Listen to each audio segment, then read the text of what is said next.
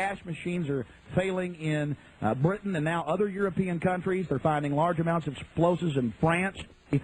Vladimir Putin, who is known as Vladimir the Ruthless, and using all his profanity on national TV, you name it. We won't read the profanity here, but we've got it. This person is on an unbelievable power trip and resembles a demon. He is a creature of the IMF and the World Bank and international communism. He is a former KGB head, and this information is vital, ladies and gentlemen. We are seeing the New World Order really come out in full force. More wars than have been in the last 50 years are going on right now.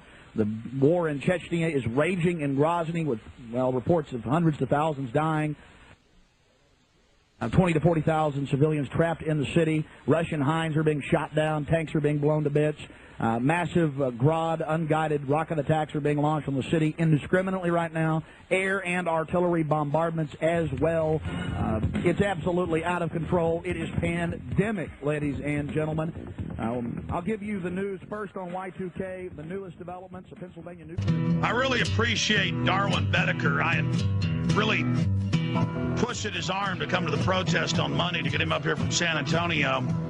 And he wanted me on air right now to thank all my listeners that came out to that event and made it such a success. But they're not going to stop. They think this is their town. They think the people of Austin belong to them. That is the city council, the ATF, and the police leadership. The average cop out there is disgusted by this. The reason I know is my dad came to the protest, and I didn't notice him because the whole time I was there, I had like COINTELPRO poking me and getting in my face. And I'm sure some of them were, because later I found out about a meeting afterwards with some people we know are connected to some operations about how they want to get me and go after me. And it's a whole other subject, but it borders on illegal. But luckily, we had people inside who found out about that and called me about it. But separate issue. Anytime you come out for the Second Amendment, you're going to have disruptors who are going to try to spin things and do that. But they failed miserably. We're constantly put on the defensive against the federal government. Every single time. Be it the FCC coming to town and trying to shut down our local micro broadcaster. Be it the National Highway and Traffic Safety Administration coming to town and trying to shut down and train the police officers to do blood withdrawals. Be it the BATF now coming to town and shutting us down and trying to shut down gun shows, ladies and gentlemen. Anytime you come out for the Second Amendment, you're going to have disruptors.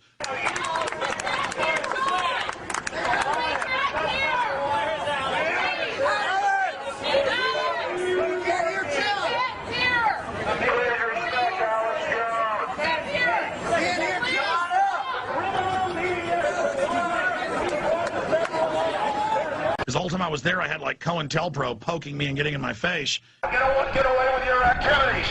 You are not going to get away. Hey, ladies, the Second and First Amendment. Get the hell out of my face. I'm here to tell you right now that we are not your property. You're not part of the team. Right now. You're not part of the team. Because the whole time I was there, I had like COINTELPRO poking me and getting in my face. Remember, you said we're new activists and don't know what we're doing, and that means I pointed that to you. Yes. We had a lot of speakers here, and you wouldn't give up. Wow, he just admitted to it, to Captain Blythe. Liberty Restoration Project. That's all I'm saying, is that we would have wished that we could have organized. Oh, I'm sorry. I was grabbing exactly like the facts in the city of Austin. So you should be lifting us up and empowering us instead of holding us. I wasn't lifted up or empowered. I'm here being friendly. We wanted to give you a speaking spot, but instead of working with us, you started yelling on Well, you sitting here being a friend. You were treating the enemy. That's a diversion. That's a diversion. Pure diversion. Wow. That's guilty. If you're not, that's guilty. That's guilty. It's been, yeah. If you knew it, leave me alone then. We're the professionals that do it, baby.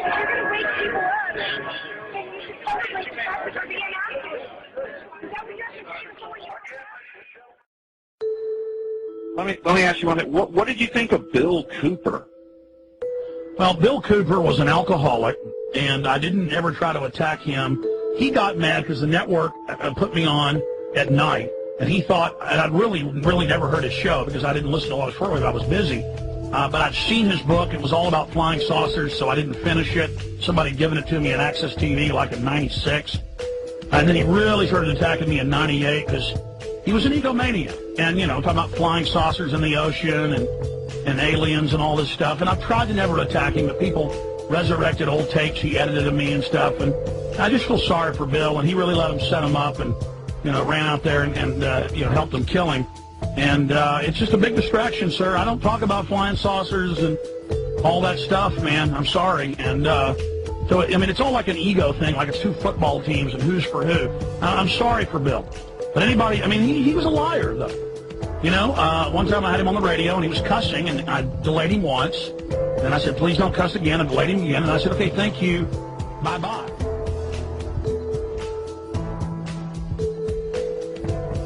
Absolutely. It's as simple as the nose in your face. So all you little traitors marching around out there think you're gonna be some big whiz in this new world order. You're not. You're gonna be right up there on the scaffold, hanging with the rest of them. Well, sir, again, Mr. Cooper, have a good one, and thanks for being with us this evening. Again, this is all, I guess it's not good news, it's not bad news, it is just the news, and I'll be trying to keep in touch with you. God bless. You too. Take care. That was Bill Cooper. You can tell I'm real tired. That guy has a lot to say. I got like 3 hours sleep last night. Good thing we have good guests like that. And I've got to go down and then he went around saying he never cussed. The guy cussed on air. He cussed at everybody. He was yelling at the board op going, you effing little idiot. I told you to call this number to effing have me on. And then he says that he didn't, the guy's, he was a pathetic drunk.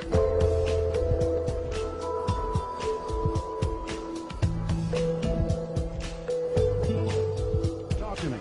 All right, we'll have a little discussion. Good, punk. All right. You little coward, you piece of crap. Hey, coward, I'm going to be in New York. You hear me, punk? Hey, Alex.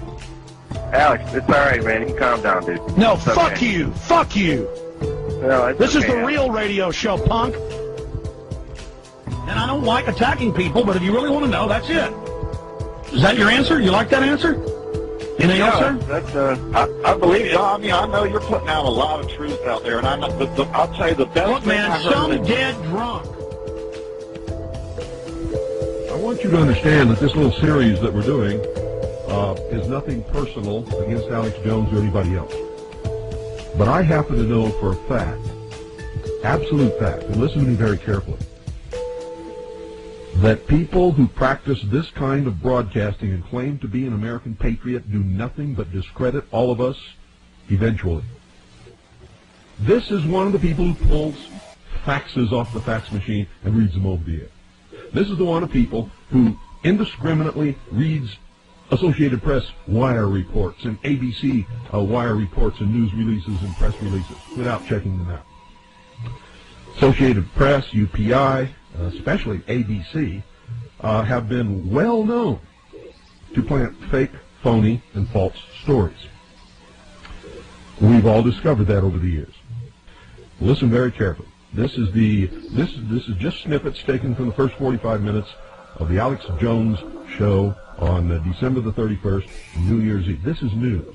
What I'm reporting here to you is hard news.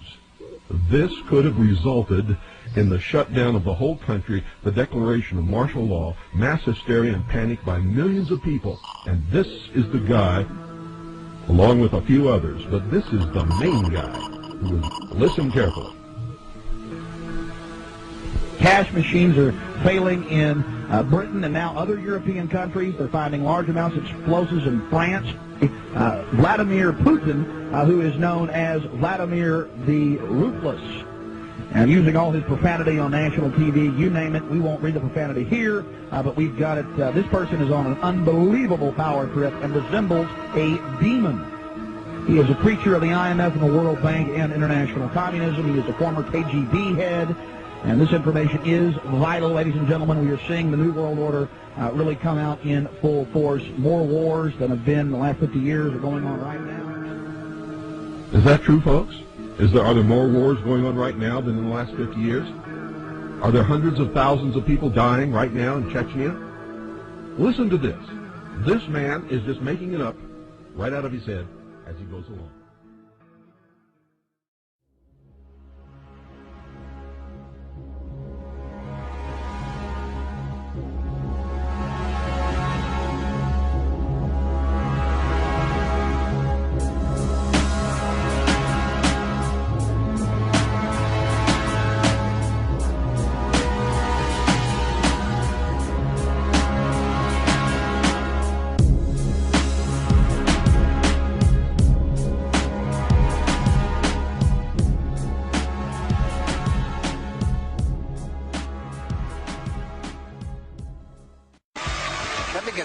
correct. The press claim that you claim to be the Son of God. Mm-hmm. Is that true? Yes, you see, the thing is that it's quite funny, really. You know, 2,000 years ago, had a guy called Jesus sat here and said these same things, you would still be laughing. It's really funny that we've not really moved on that much. The negativity, the thoughts that I'm talking about that are very destructive, are pouring out of this planet well, let me every interrupt day. you. Was it a great shock for you to discover this at 38? Well, I think the word is gobsmacked. But again, you know, the best way of removing negativity is to laugh and be joyous. So I'm delighted that there's so much laughter in the audience tonight. But no, but just let me say this. They're laughing at you. They're not laughing with you. Fine.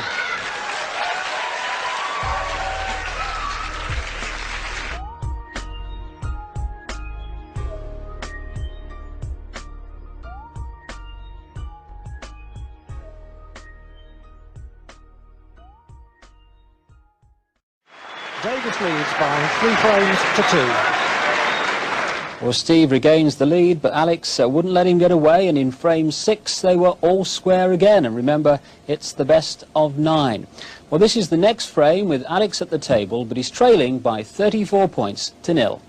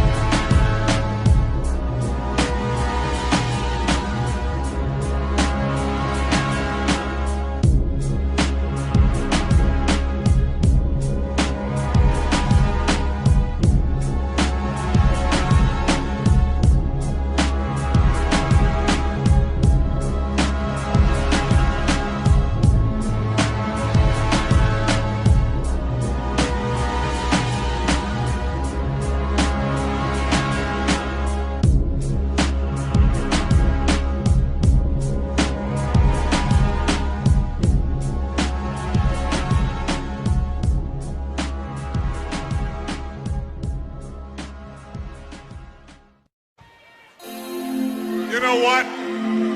I think there's a conspiracy in the world wrestling entertainment. I think there's a conspiracy, Cena.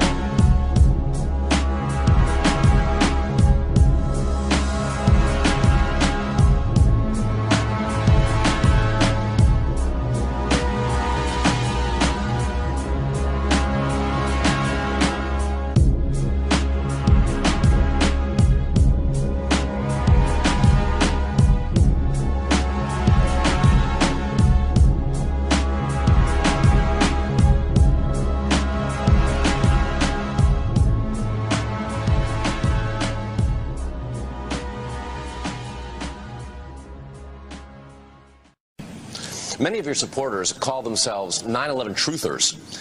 They believe that the U.S. government was in some way complicit with the 9/11 attacks or covered it up. Are you tonight prepared to either embrace that rhetoric or ask those supporters to abandon it or divorce themselves from your candidacy? Well, I can't tell people what to do, but I've abandoned those viewpoints. I don't believe that, and that's all. That's the only thing that is important. And so I don't endorse anything they say, but I would like to take an opportunity.